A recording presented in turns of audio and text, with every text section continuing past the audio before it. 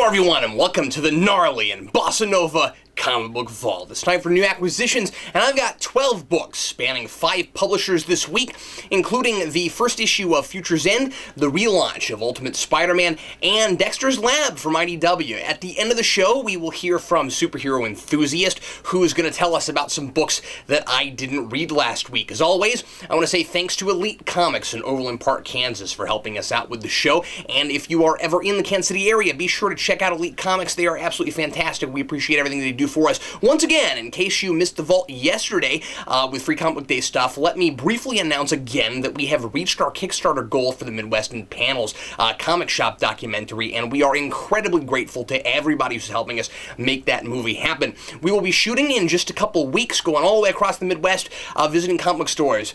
And now, let's jump straight into it with some Marvel stuff, starting with Deadpool vs. Carnage number 3 by Cullen Bunn with art by Salva Espin. This issue is chock full of lots more, well, Carnage, as Deadpool continues following Carnage all over the country, and Carnage continues swearing he's all chaos, totally unpredictable, and that he doesn't have an MO or a trail that anybody can follow. It's driving him crazy that Deadpool keeps tracking him, so after another long, brutal slugfest filled with witty banter and rhetoric, Carnage gets away again and decides to prove his point by intentionally leaving Deadpool a trail of disgusting heinousness to follow, ending with a big finish Deadpool can't possibly anticipate.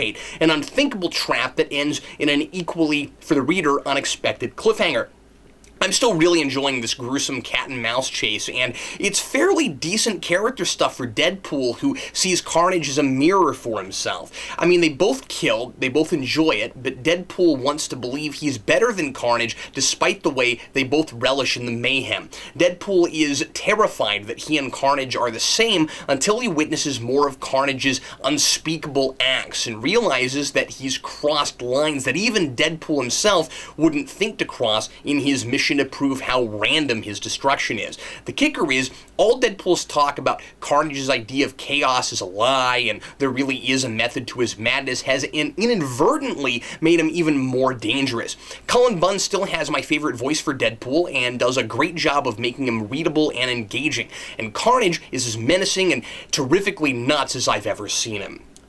And now let's go on to The Amazing Spider-Man number 1.1. This is the beginning of Learning to Crawl, written by Dan Slott, with art by Ramon Perez. My general lack of enthusiasm for Slott Spider-Man work notwithstanding, I gotta say, I was pleasantly surprised by this. I wouldn't have thought Dan Slott could go back and add anything meaningful or authentic to Peter Parker's early days, but I was impressed with his consistency of tone, his language, and his overall ability to recapture the mood and the spirit of the Stan Lee, Steve Ditko days of Spider-Man.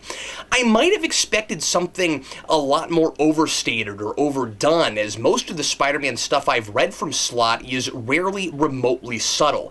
But I kind of forgot who I was reading here. This story tastefully returns us to the days just after Uncle Ben's death and expounds upon a chapter that I think actually could use some fleshing out. That awkward period while Peter is still a costume wrestler just before he's figured out the best way to take Uncle Ben's words to heart and use his powers to help people. Appropriately, this is a personal story before it's a superhero story about Peter trying to figure out how to live by this new mantra of great power and great responsibility, what exactly that means, while realistically trying to juggle domestic normal responsibilities at home. With Ben gone, he and Aunt May can barely afford to live, so although he's no longer relishing in his fame and glory as a wrestler, Peter decides he must continue with that wrestling to help pay the bills. And it's kind of sad to see it turn into a chore for him, just as he'll later enjoy being a superhero until it puts his friends and family in jeopardy, and then it'll become often something he must do, but something he never feels quite right about. Slott's characterization of every supporting character is spot on, especially Aunt May, who he writes with sweetness and dignity. I was touched by the detail of May's huge smile at Uncle Ben's funeral because she she's happy of the reminder that Ben was so well loved. Perez's art, is a loving throwback to those early Ditko days, and it's almost a little too good. This stuff reads as so faithful to 60s era Spider-Man, it's a little distracting to consider that it's supposed to be part of current continuity in a busier, frantic, dirtier, meaner-looking world. Slott is careful not to reference modern technology or culture of the period, leaving it all totally ambiguous, which is a smart move, but the look and the dialogue are so retro that it's hard not to think of it like Peter's early days really were in the 60s, and he just hasn't aged much in 50 years since then. But all that early stuff really is canon, the way it is, without any sort of retroactive updating, and I do think I enjoyed this a lot more than I would have had it been handled in really contemporary art and lingo.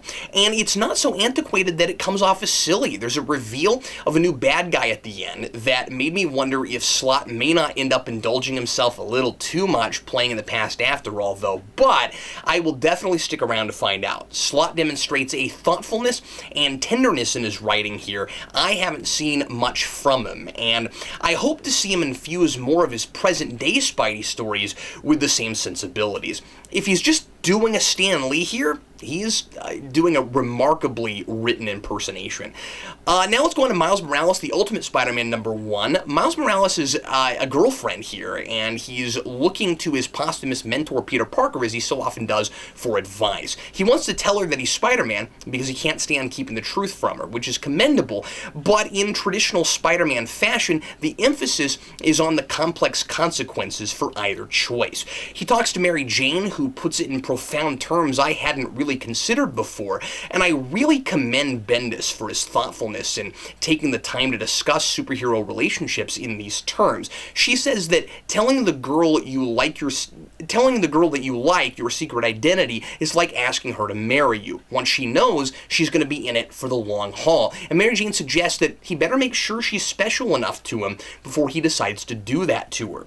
And I'm not convinced that she is necessarily the one for him. Who knows? She says she's glad she knew, but it was dramatically life-changing for her. The responsibility thing seems to be tell her if you're committed, but don't involve her in that dangerous and compromising lifestyle if you're not. The interpersonal relationship stuff is what this book has always been best at, and I'm glad that we're at a slower pace status quo, past all that Galactus stuff now, where Bendis can focus on that. Now, I can't get excited about the Ultimate Universe on the whole right now. The first issue of New Ultimates was just okay to me, and I guess I'm with the pack that thought it was kind of time to retire this whole line. But Ultimate Spider-Man is right on track. Bendis is also setting up a new threat through a creepy, incarcerated Norman Osborn, who, seemingly barely even lucid, keeps slurring over and over that you're all gonna burn, building suspense for a looming catastrophic event. And the issue ends on a baffling character reveal that left me wide-eyed and then raising an eyebrow and then scratching my beard and finally certain there must be some sort of wacky catch. I hope this book will remain perfectly readable without having to also keep up with the other books in the Ultimate line. I remain fully interested in this character, especially now that he's living in something closer to Peter Parker's early high school status quo and dealing with complex relationship stuff. I'm a little confused about what I must have missed somewhere with Gank, though. In the recent oversized Ultimate Spider-Man 200 special, I thought there was some stuff going on with Gank and Gwen Stacy, maybe becoming an item. Was I reading too far into that? Because here there's a throwaway joke about Gank wanting Miles to hook him up with Dagger, and I wondered about it. Anyway, big recommend from me this week. Alright, let's go on to Loki, Agent of Asgard #4, written by Al Ewing, with art by Lee Garbett. More quirky and clever supernatural spy dramedy as Loki continues to be sent all over Midgard to bring home rogue Asgardians who are ironically creating too much mischief, and the All-Mother wants them returned home. Sigurd, the first Asgardian hero, visits a wizard who claims to use his evil for good and wants to be placed on the Wheel of Death and Rebirth, trying to cheat fate. He hopes to be reincarnated as something else and live his life all over again. I love the wizard's response to this, and this is a really good example of the witty dialogue I've come to expect from this series. Mr. Sigurd, your scheme is mad, culturally ignorant, and quite possibly sacrilegious. Naturally, I'll help. After an amusingly lackluster duel in Loki's apartment, where Loki is holding a pathetic sword with a Norse name that translates to damaged twig, we find naturally that Loki is manipulating events to capture Sigurd, and knew just what surprise was in store with Sigurd with the mysterious wizard, which I won't give away. But the reveal of who the guy is pretty great, and Loki's scheme is clever. I also love that Loki gets his orders from the Allmother through a game of Space Invaders. Loki is blowing through her head on the screen as she talks, perhaps representing his disdain for his current situation and his desire to find something more befitting of a god of his stature as soon as possible. I love the language in this book, especially that so many of the Asgardians have adopted a more contemporary, informal way of speaking, but they revert right back to old world vernacular whenever they think it suits them. My only criticism of the book right now is that it's been a little meandering in its focus. I keep wanting to live with Loki and his new Truthseer sidekick, who I find absolutely fascinating, but I keep getting sideswiped off to other characters, and while I'm sure it'll all come together as necessary, and it's all entertaining certainly, sometimes I have to read several pages before I realize just how much I'm enjoying myself. Also, this issue in particular jumps around in time a lot more than I think it needs to, and I find it a little disorienting. All in all, it's still a really unique departure from standard superhero fare, just the sort of thing you'll want to be reading if you're looking for more character-driven, experimental, almost indie writing in your mainstream comics.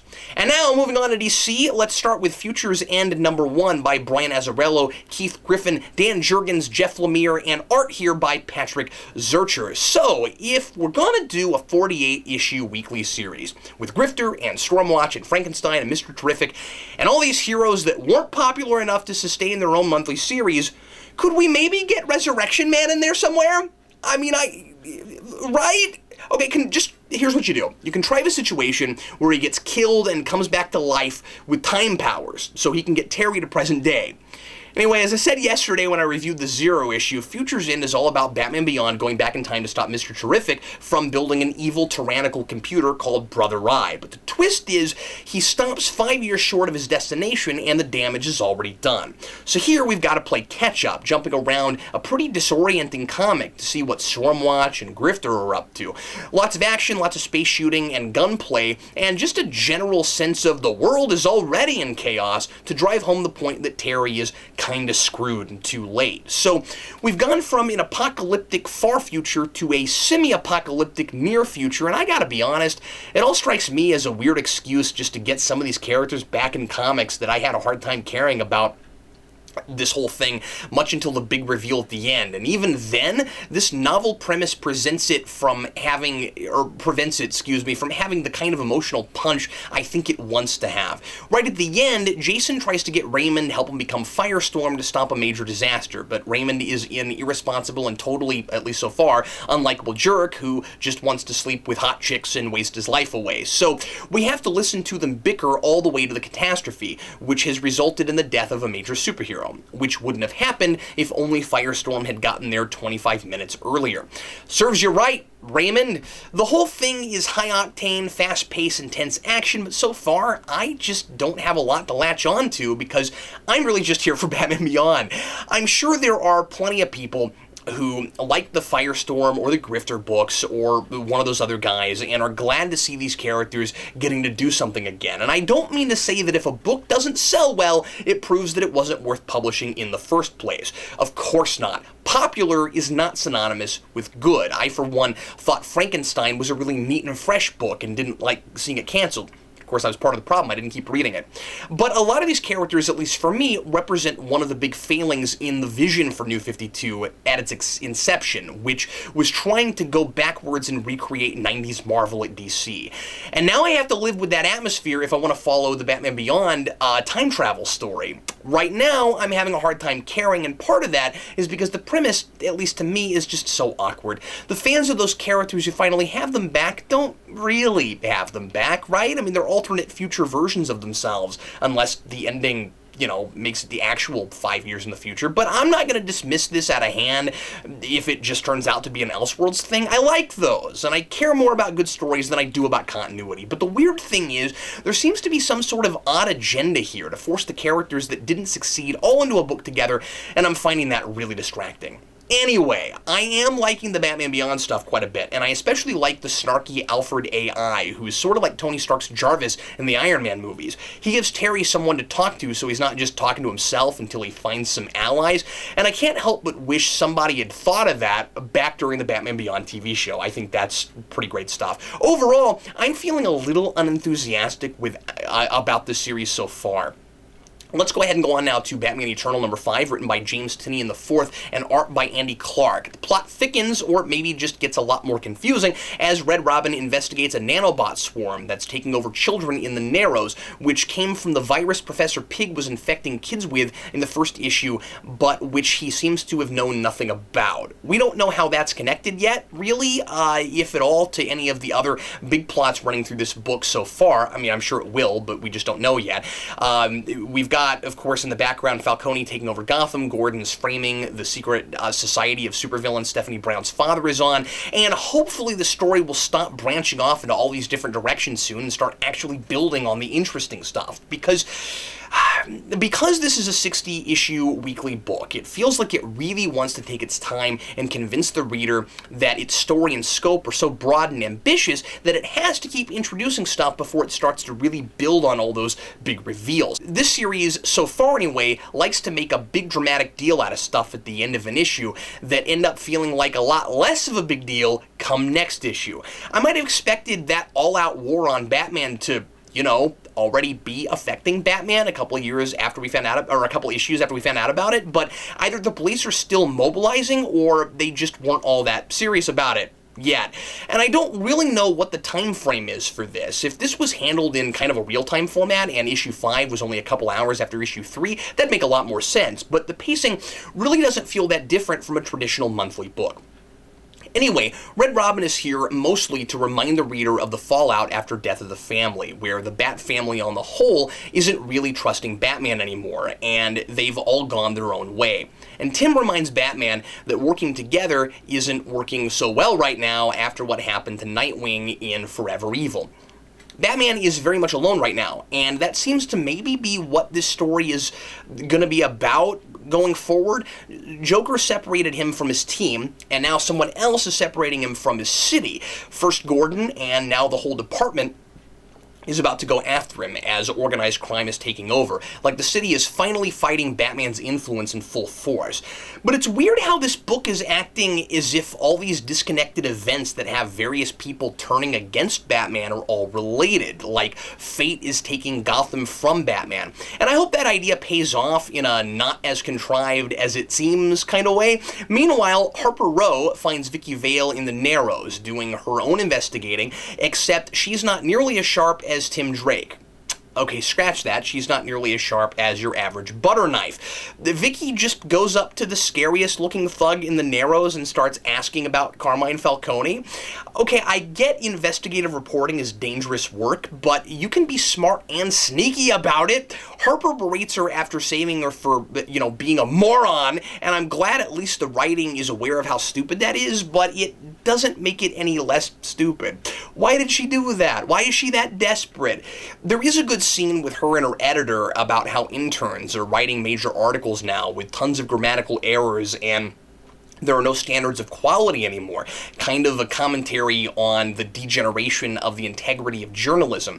But I don't know how that translates into practically committing suicide on the street there.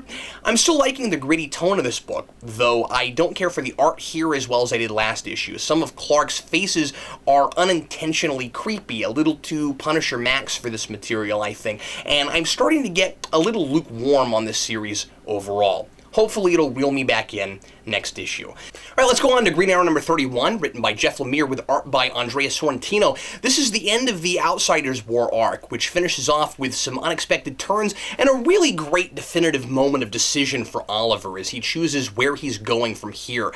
Oliver recognizes that the Outsiders have gotten so hung up on totems and ceremony and mysticism that they have lost sight of what's really right and wrong. And after his final showdown with Komodo, I really like how he handles Magus and the rest of the Outsiders.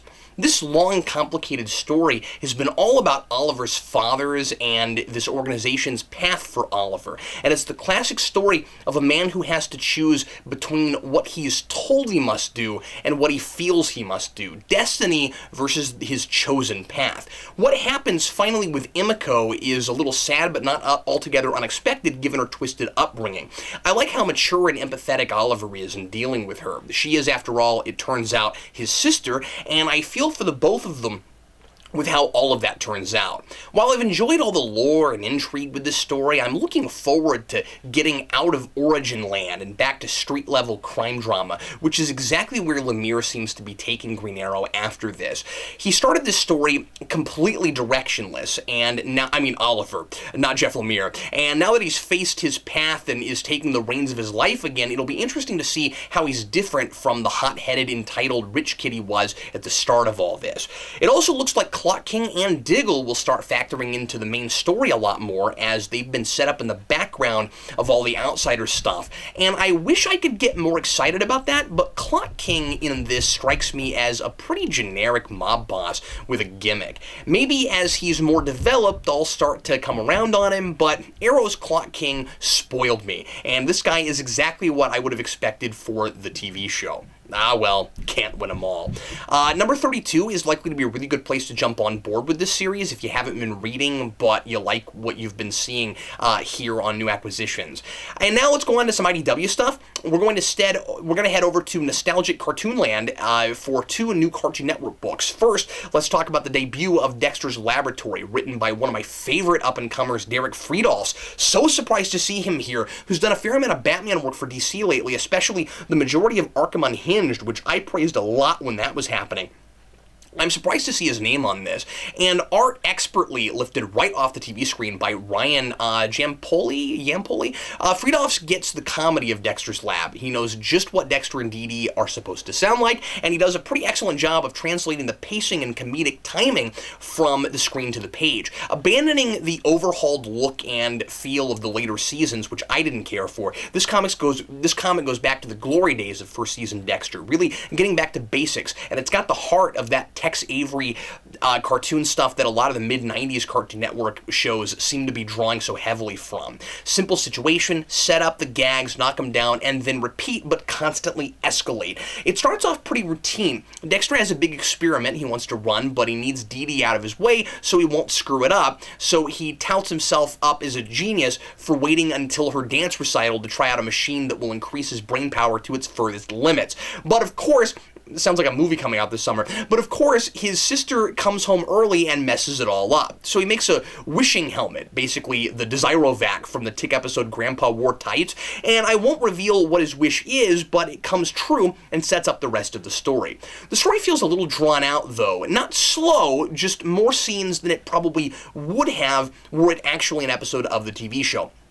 I feel like you could do a whole cartoon's length story in 22 pages, and this story so far anyway doesn't feel like the first arc of Powerpuff Girls, where there was so much being set up and going on that it felt like you were watching an hour episode of another movie, or an hour episode or another movie, but we'll see where it's all going. This is a great blast for the past, and just like Powerpuff Girls, it's wonderfully authentic. Now let's go on to Powerpuff Girls number 9, written and drawn by Troy Little. I wasn't especially stoked for this arc because I've never been a big fan of either the Rowdy Rough Boys or the Boogeyman. But wow, this is a blast. Taking its cues slightly from the Meet the Beatles episode, everybody's favorite, this story is all about the music, emphasizing the arbitrary nature of people's strong taste for different sorts of music and their hatred for other sorts of music. The Powerpuff Girls become obsessed with the latest boy band, which hilariously is made up of 3 totally interchangeable guys who don't play their own instruments, and each wear a shirt that corresponds to the color of one of the Powerpuff Girls shirts. And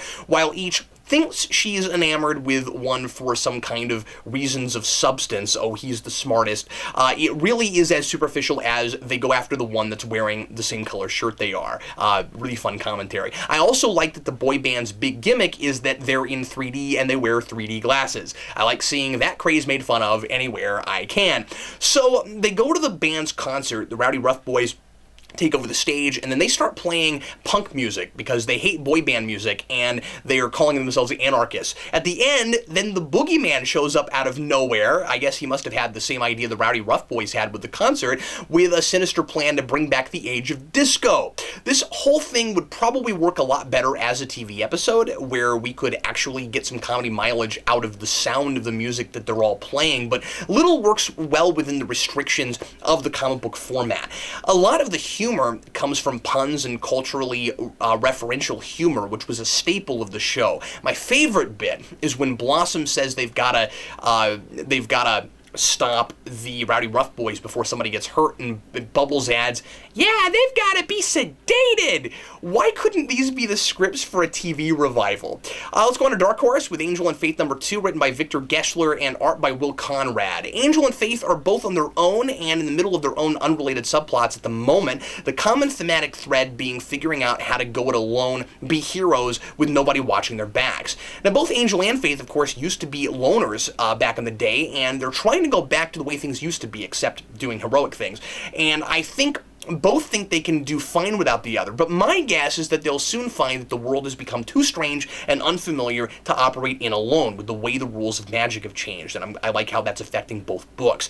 Those changes in rules are what have led to each of their new lives. Angel is back to helping the helpless, investigating a series of crimes in Magic Town by a pixie who used to be a low-rent mob thug until he turned into a demon. I like that idea, a human that turns into a pixie. And now he's big stuff. The irony of that is not lost on Gischler or on Angel. While Angel is dealing with a big problem caused by a tiny person, Faith is dealing with a seemingly tiny problem caused by an enormous person. She's rented herself out as a slayer for hire with a bodyguard firm that seems to specialize in the supernatural, and it's kind of neat to finally see the Buffy Angel world as a place that recognizes and has to cope with the way magic is encroached on the world at large. Faith's first assignment is to protect a rock star who thinks he's way more famous and talented than he really is, and keeps getting himself into dangerous situations on account of that. I'm enjoying the paralleling of the two situations, and I'm looking forward to seeing them inevitably converge. And at the moment, Angel and Faith are so far removed, both situationally and geographically, that it's going to be really interesting to see how that finally happens. At the beginning of Season 9, I found myself a lot more intrigued by this title than I was by the Buffy title. Now I find myself kind of on the other end of that fence. A lot of that is because I really like Christos Gage's writing in the Buffy book, and I think it's a little more fun and wild right now than this. While this one, though certainly not without its wit and charm, is a little more serious, but I'm also a little impatient to see Angel and Faith finally inevitably reunite. That's not to say it's not happening fast enough after the events of Season 9. You certainly wouldn't want to rush that. It's just, I like their dynamic together, and I think I'm supposed to really miss that interaction. So the book is doing what it's supposed to. I'm sure we'll get a great payoff when we finally get there. Now let's go to Veil #3. This story remains strange and visceral and unnerving as our twisted wizard guy lures Veil back to him to achieve his grand mystical magical plan. I still can't evaluate this narrative or even really provide a lot of plot synopsis until I see where it's all going, because Rucka continues to provide us with weird imagery and a whole lot of story through pictures over very much dialogue at all. It's all very surreal. I think there's a lot less talking here even than there was in the previous issue, and that wasn't very talky either. I still don't know what it all means, but I have every confidence that I'll be able to put it all together when it's over. Who is Veil? Where does she come from? Is she even human? Is this scary guy with the sunglasses making her possessed by some sort of evil spirits, or is she the demon in the first place? Where does her amnesia come from? More of this issue is spent with that guy, Carmack, performing his insidious incarnations, and we learn that he's been been manipulating corporate leaders to get what he needs to enact whatever his plan is. And then there's still lots of rats and lots of blood and lots of demonic and occult imagery. I continue to be intrigued enough to keep going, but I do feel a bit lost, and I hope more of this comes together next issue. It's not especially reviewable, honestly, right now. Finally, Spawn number 243 from Image. Of course. So something has happened to Sarah, and Jim Downing is desperately grasping at every straw he can to figure out who took her, melodramatically cursing out and screaming at everybody he comes into contact with, because shouting matches always make for the best effective dramatic scenes. Right? He tries to get Twitch to help him, who understandably doesn't trust him and wants to be left alone because Jim is kinda turned into a loose cannon, and frankly has lost every shred of interpersonal skill he had since he's become Spawn. Now I get it. Monsters manipulated him, messed with his life, he's influenced by a demonic symbiote, he had all that horrible stuff done to him in a laboratory, yada yada yada, but the fact remains that this guy used to be smart, level-headed, proactive, and just all around tried to do the right thing. I used to like reading about this guy. He was the opposite of Al Simmons. And I guess McFarlane got bored with all that because now he basically is Al Simmons, and ironically, the more he's been acting like that, the more boring the book has become. I can't believe that we've been living in this status quo for 43 issues. It's just like old times. Years of material that could have easily been condensed into like 10 or 12 issues. A lot of pointless posturing and ramblings, laying all the lore out there on the table but not doing anything with it or telling any story through, you know, people actually going out and doing stuff. At the end of this one, Jim has cleverly figured out a way to strong-arm Clown into helping him find Sarah. He's taken some of the dirt from the Dead Zone, which strips Clown of his powers and makes him as vulnerable as a human being. I can't believe that worked.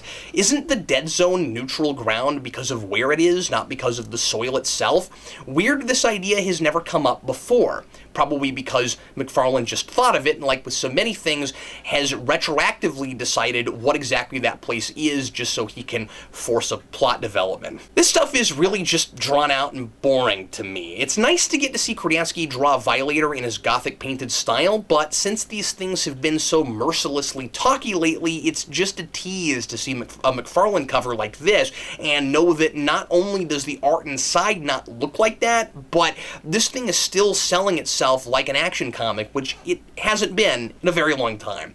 And I love you, Simon Kordansky, I really do, but you're drawing a serious spooky horror comic and you don't have the story substance to back that style up. At its best, Spawn is a crazy, violent romp. At its worst, it's kind of what it is right now. It's a gruesome lullaby that puts me to sleep. Anyway, time for Book of the Week, and my favorite book this week was Amazing Spider-Man 1.1. I am incredibly surprised that I'm finding myself choosing this of all issues, but Dan Slott really sideswiped me with the quality of storytelling with this one. Hopefully he can sustain that through the whole story. And now my cover of the week, I wasn't especially smitten with anything this week, but I suppose I'll have to go with Angel and Faith. There's a lot of really good detail with all those monsters trying to get to Angel, and it's an image that encapsulates what Angel's all about. They're trying to pull him down into a grave, and that fight against the darkness is never really over. And now let's go over to Superhero Enthusiast and find out about some books that I didn't read last week. Hello Geekvolutionaries, I am Alex, Superhero Enthusiast, once again here with BCLDR, books Captain Logan didn't read. And there were a lot of comics out this week, a lot. And I have 6 of them to review for you today, and they're all kind of interesting in that they're all very, very good, but they're sort of difficult to talk about without getting into spoilers. So despite the sizable amount of them, they should be relatively brief. And the first book that I have today was the Digital First Justice League Beyond 2.0 number 19, and that's definitely a book like that. At the end of the previous issue of this, with this gigantic event that they're doing in the Beyond books, all of the Justice Lords from the future showed up in the mainline universe, or whatever this universe is, because apparently it's a mixture of the DC animated universe plus the pre-New 52 universe, which is just kind of confusing, but anyway, they showed up, and so as I'm sure you can imagine, much of this issue is just a giant fight scene. That said, they use it to fill in a lot of gaps and help us get to know the Justice Lord's versions of these characters. Like we find out that their version of Big Barda, Mr. Miracle died, and then she ended up marrying their version of Orion, who's really kind of skeezy in this, which is funny, just because he's Orion. But we learn a lot of different stuff as well about like Micron and how apparently he thinks his father's dead, but maybe he actually isn't. And my favorite part was the Cairo, who's the future Green Lantern, and Curare, that's what she's called, because we learned in a previous issue that they are actually brother and sister. A previous issue that filled in the backstory on Cairo and who he was. So that was really interesting to see, and she's like the Green Lantern in the Justice Lord's universe, so that was kind of cool. At the end of this, we get a little bit of a reveal, since Bruce and Clark are talking to Wonder Woman, who has come back from the Justice Lord's universe. And she reveals something big. I won't spoil what it is, but that's more or less just what happens in this one. It's largely fights, but it all looks good.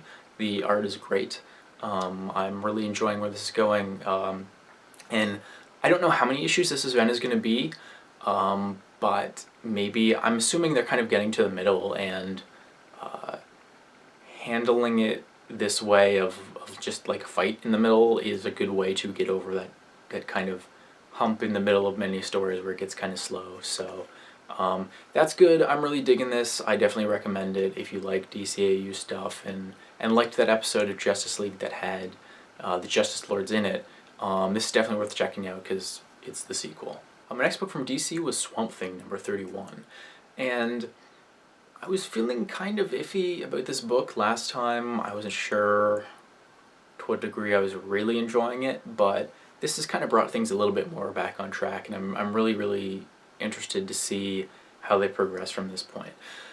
Last time, Alec Holland got transferred from his Swamp Thing body into a human body by the Serene, who are this green cult who turned out to not be an actual green cult, but like people working for some evil corporation. And then it turned out that the Serene cult was actually real. The corporation people were just imposters, which is incredibly confusing and kind of silly. But he went to India, which is where I guess the real Serene cult has their home base, and he met somebody there who I thought at first was the new avatar of the Rot, but it turns out they were the avatar of the Grey, who we've never heard of before, who are the fungi kingdom, which makes sense because, you know, fungi are neither plants nor animals. They're entirely different kingdom. But this avatar has been basically body hopping since like very, very early history. They've had this body since at least the 16th century, so a really, really long time. And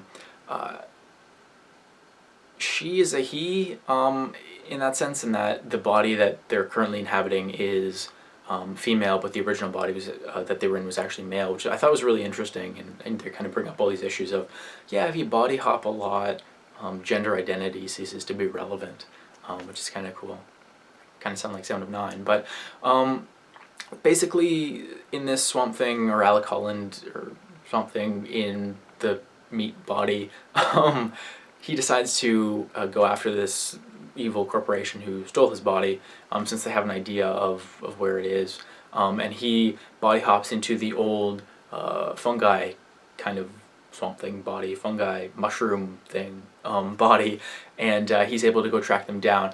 We learned last time that they're using the Swamp Thing body to give people plant superpowers, and we find out why that is, what their big plan is. They're basically like real life Monsanto. They're a really evil corporation who own a lot of, or I guess own a company that sells genetically modified seeds for crops, and so they're using the Swamp Thing abilities to screw up other people's fields so that then the farmers will go buy their seeds instead. So they're screwing with their competitors, which is really, really cool and really, really nefarious. And Swamp Thing's able to get his body back, and there's some more switcheroo stuff that happens.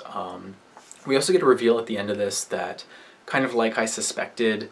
One of the other people who Alec Holland brought back to our world from the Green is actually himself nefarious and is probably building up to be the sort of big bad for this arc. And the last thing I'm going to say is there are some side characters in this, like Capuchin and a couple other people who are just kind of there. I don't feel like they need to be there, and it's getting kind of tiresome because I don't feel like they're adding anything. In fact, sometimes they just distract from the character whose name is on the book. And I don't read Swamp Thing because it's Swamp Thing and his friends. I read Swamp Thing because I want to read Swamp Thing. So I'm not really liking that. I wish those characters would kind of be jettisoned because I'm really liking what is going on now. That it feels very classic Swamp Thing, which is kind of how they marketed this, in that it's about kind of the environment and social things. And so I think that's important. Those are good stories to tell, and it's one of the reasons that I always gravitated towards Swamp Thing as a book. So it's great to see that here. I wish that the dead weight would be cut. But other than that, I really, really enjoyed this issue. It's clear that Charles Soule has a great voice for this character. My next book from DC was Batman Superman, number 10, I believe. And this is a book that I read for the first few issues, or let me rephrase that. I read the first issue and then skimmed several issues after that because I didn't care for the story. But Jay Lee was doing the art, and I love his stuff. So it's just that good. That I'm willing to buy it and not read it. But the where that went in the beginning was it was kind of Batman and Superman fighting, and I don't have any interest in that, and I didn't care for Greg Pak's characterization of both those characters because it seems like whenever people shove those two guys in a book, they go from being really well-rounded characters in their own solo titles to being really one-dimensional when they get put together. And it's the New 52, so instead of being just the super Boy Scout, Superman is super brash, and Batman, again, is just kind of an a-hole. He's completely unlikable. But it seems like they've gotten to a point with this book now where the two of them are friends, and they're getting along, and I really liked the characterization in this, so definitely kudos for that. It felt like a good World's Finest story. And in this, as I'm sure you can tell from the cover, the Atom, Ray Palmer, makes his first appearance in the New 52, which is kind of cool, and I like the costume. And as I'm sure you can also tell from the cover, this story is, Batman has something the matter with him, and they have to shrink down and go inside and, fight it. And yeah, that's a story that we've seen 100 million times before. The Brave and the Bold, I think, did an episode that was like that. That was like every third episode of the Magic School Bus, going inside Arnold or Ralphie or somebody. So we've seen this story before, but they put a lot of really interesting twists into it that I didn't see coming. It turns out that they're looking inside Batman to see what's the matter, and they see like this tiny dead superhero, and they're like, what the heck is that about? And then it turns out there's like a whole city inside Batman's brain that has some bad guys in it, and they have to shrink down and fight them. And so it was really, really cool. I didn't expect to see that. I just kind of expected the typical thing, and I kind of wanted to pick this one up to see the Atom in the New 52, and again, I like the costume. I like the art as well. There are two artists in this book, and their styles are so similar, and the coloring is so consistent that the art looks consistent throughout the book. I had to reread this, or look through it at least 3 times to really be able to totally tell where one artist's, which pages were one artist's and which were the other. So that can be a huge problem on books with multiple artists, but they've clearly solved that here. They picked exactly the perfect people to do this. So that was really great to see. Consistency is always good in that respect. I won't really say more than that to spoil the story. It's relatively straightforward. Like I said, there's some great dialogue between Batman and Superman at the end. Batman's at the end of it is kind of complaining like, this is why I don't leave Gotham. Just silly stuff like that. So if this is a book that continues to have really kind of cool stories or tell classic stories but with an interesting twist on them, I might be willing to check this out again. I quite enjoyed it. My last book from DC was Detective Comics number 31, and this is going to sound really, really hyperbolic and over the top, but I think this is possibly one of the best Batman comics that DC's published in literally years. This is so good. This makes Scott Snyder look like crap, and I like Scott Snyder. This is just, it feels like the perfect Batman to me. It's Detective Comics, and we finally see him doing some really good detective work in this. It feels like a classic Batman story, and it has a very noir kind of story that they're telling, but then it has all these bright rock and roll pop kind of colors. But let's get into the story. So at the end of last issue, the person that Bruce had been doing the deal to salvage the waterfront in Gotham City, or I guess salvage metaphorically, not literally, in that they're going to turn it into something really nice for all the different ethnic communities who live there, rather than just gentrifying the neighborhood and putting up condos. She shows up on the doorstep of Wayne Manor, like basically on fire and all crazy because she's apparently taken some type of drug or something. It turns out that the drug is called Icarus, which is the title of the story. But it's a drug that Harvey Bullock had in his earlier years as a cop in Gotham, completely wiped out on the streets. You know, that was his victory. And that was great to see because, you know, I've mentioned before that Steve Baxter and I over on my channel are doing reviews of Batman Eternal, and Harvey Bullock has shown up a little bit in there. And one of the things we talked about, and maybe a little bit complained about, was how we didn't know exactly who New 52 Harvey Bullock is, or was, or is. And he's just kind of been there to, you know, exposit things gruffly, and, you know, he's there because Harvey Bullock is a character, but they haven't really done anything with him yet. And we're finally getting that. You know, lo and behold, we say that, and then, you know, in this book, Harvey Bullock is not only in it and doing something, but he's actually a big part of the story. So we see some interesting stuff in this. Obviously, the gangsters in Chinatown are the big focus of this, like I mentioned last time. Cameron Clay, who is the Squid, who's like a really obscure Batman villain, seems to be the big bad guy behind this story. But, you know, Batman is in this as well. I guess before I get to him, Bullock hates Bruce Wayne, and we see it in a couple scenes in this, and that was really, really cool to see. He's always, you know, it's like everything he says to him, there has to be some type of jab in there about how Bruce is the spoiled rich kid, and, you know, Bruce just kind of like takes it because, you know, he can't say, oh, you know, screw you, I'm Batman. But that was really cool to see, and you know, I've gotten a sense now who Harvey Bullock is in the New 52, and Bullock does some great detective work in this as well. He investigates the drug and stuff, and he finds some people who are potentially dealers, and he puts them in lockup, and then all the other guys in lockup kill them so that they can't squeal. You know, again, really, really great kind of crime noir detective stuff in here. Batman does a lot of great detective work, and there are great panels with it here too, where he's going through the woods looking at things, and there are like panels within the larger panel showing what would have happened, and, you know, he's saying detective-y things. You know, he's saying like, oh, the police screwed up the scene, but, you know, I can still do forensic work, even with that being the case. And I won't really say too much more than that, because would definitely be getting into more spoilerish territory.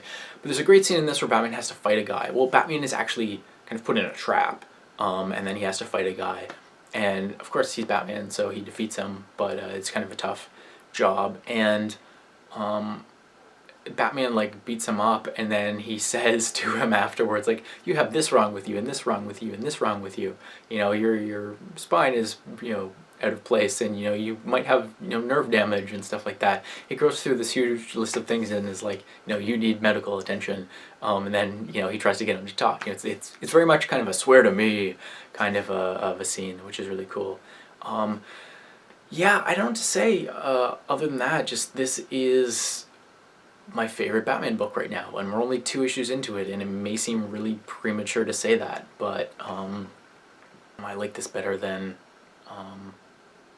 you know, the main Batman book, which is very, very good, and again, you know, I enjoy it, but this is fantastic. It feels very much like kind of pre-New 52 Batman, so like some of the better runs on Detective Comics. So if you like that kind of stuff, if you've kind of steered away from the New 52 because it wasn't your thing, you'd probably be able to palate this book. It's just incredible. Moving over to Marvel, I'm going to start with Punisher number 5, and this is again one of those books where I don't really have much to say because most of this is just violence.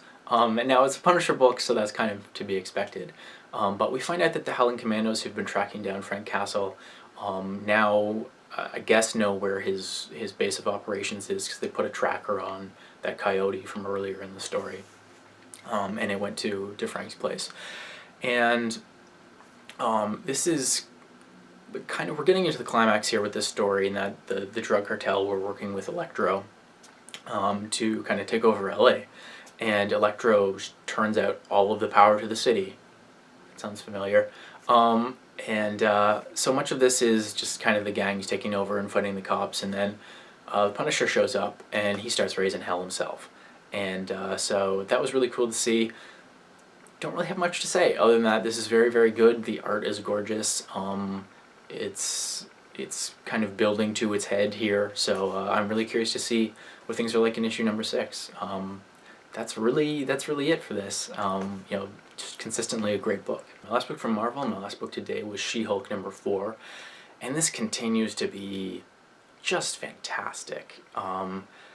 So last time Dr. Doom's son tried to get asylum in the United States, and then in the big courtroom scene at the end, Dr. Doom just like bursts into the room like the Kool-Aid Man and takes his son away. Says, nope, you can't do that.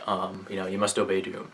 And this issue picks up with Jen kind of, wondering whether or not she should go after him. Is that the right thing to do, both as a lawyer and as a superhero? So she needs some advice. So she decides to fly to the other side of the country and talk to the other superhero lawyer, and that's Daredevil.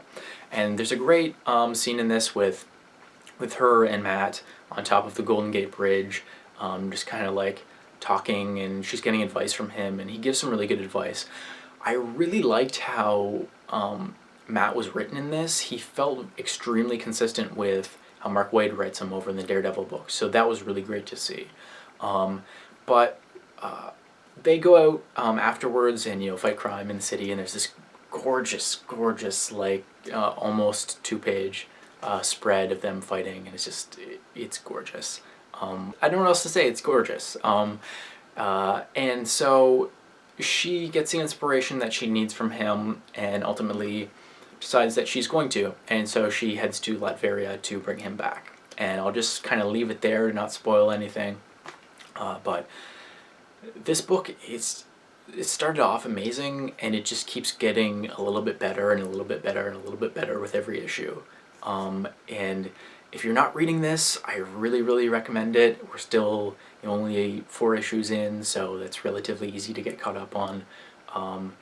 It's so well written. Charles Sewell, clearly with his background in law, knows what he's talking about in that respect. Characters are fun and quirky and have their own unique voices. Her secretary, the woman with the monkey, is great in this too, and that Dr. Doom's son tried to pay them with Latverian francs, and it turns out that she brought those to the bank to have those transferred into American money, and like it got seized. They can't use that money, and she almost got thrown in jail, for using Latvian money. So I thought that was kind of funny. But yeah, it's just, this book is just amazing. It's colorful, it's gorgeous, it's really well written. It's just another one of these great Marvel solo character books right now. That seems to be their thing, and they're just rocking it. It's fantastic. Well, it is for me. Again, Steve Baxter and I are reviewing Batman Eternal over on my channel, so if you want to check that out, you can. A lot of really great books this week. This was a great week for comics. But I'm Alex, superhero enthusiast, and back to you, Captain Logan. Folks, I want to say thanks as always for watching New Acquisitions. Really appreciate it. If you're ever in the Kansas City area, be sure to check out Elite Comics in Overland Park. They are absolutely fantastic. We really appreciate everything they do for us. And if you ever want to send anything to the P.O. Box, if you ever want to send anything for us to review, you can always send that to our P.O. Box. That's Geekvolution, P.O. Box 14183, Lenexa, Kansas 66285. I will be back with you again this week with lots more videos, hoping to get the Amazing Spider-Man Rewind done ASAP. I really had to get through all these comic reviews, and hopefully that will happen really soon. So once again, thanks for your patience. Really appreciate you waiting on me while I'm catching up on things, and hope you enjoyed all the reviews. I'm Captain Logan, as always. Happy reading.